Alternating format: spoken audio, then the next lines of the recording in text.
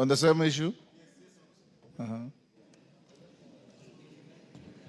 Honorable Speaker, it is in line with what Dr. Nyikara has just said.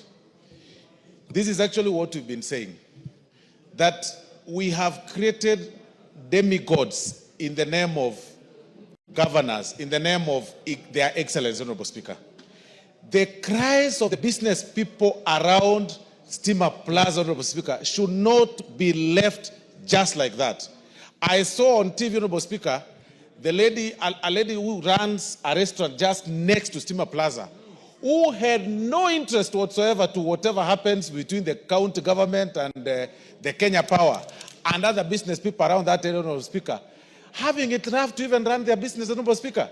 There is even one cow, Honorable Speaker, that was towed by the county government, Honorable Speaker, that did not belong to the people, to any employee that works in the Steamer Plaza, Honorable Speaker. That is exactly what we are talking about in relation to everything that we've talked about as far as the county governments and the, the governors are concerned, Honorable Speaker. So I also join the majority leader and all the leaders that have spoken in saying that it's about time that we also invite those governors, perhaps in this house, or find a way to have these committees, Honorable Speaker, to investigate some of those actions. I know it's not within our mandate. We'll be acting ultra-violent. It is within your mandate. It is within our mandate. Read the Constitution. So that this committee, I'm well guided, Honorable Speaker. Article 95, I presume.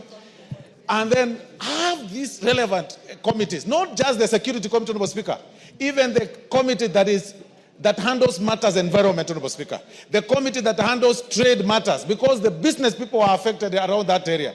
The governor and his team must face this house and explain what exactly they were trying to do and this childishness that we see.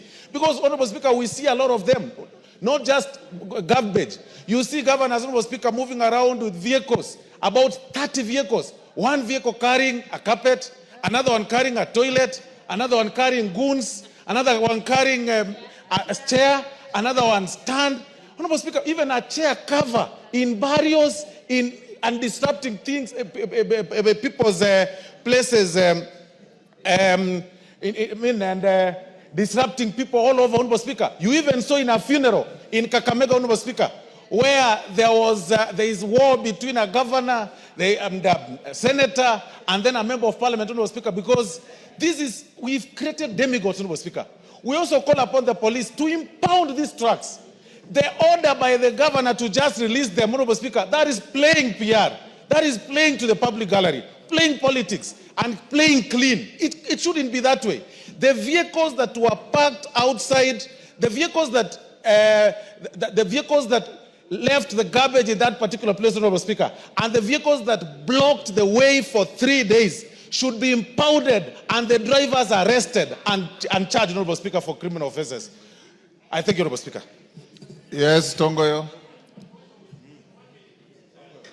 Thank you, Honorable Speaker. Here, Honorable Speaker, I'm well guided. We are going to have the IG summon